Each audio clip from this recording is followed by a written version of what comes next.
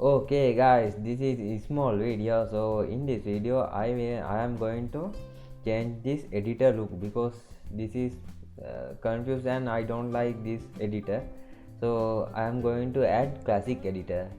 Let's see how to do it. So I go to plugins and add new. We click on leave, and after that I will search classic editor.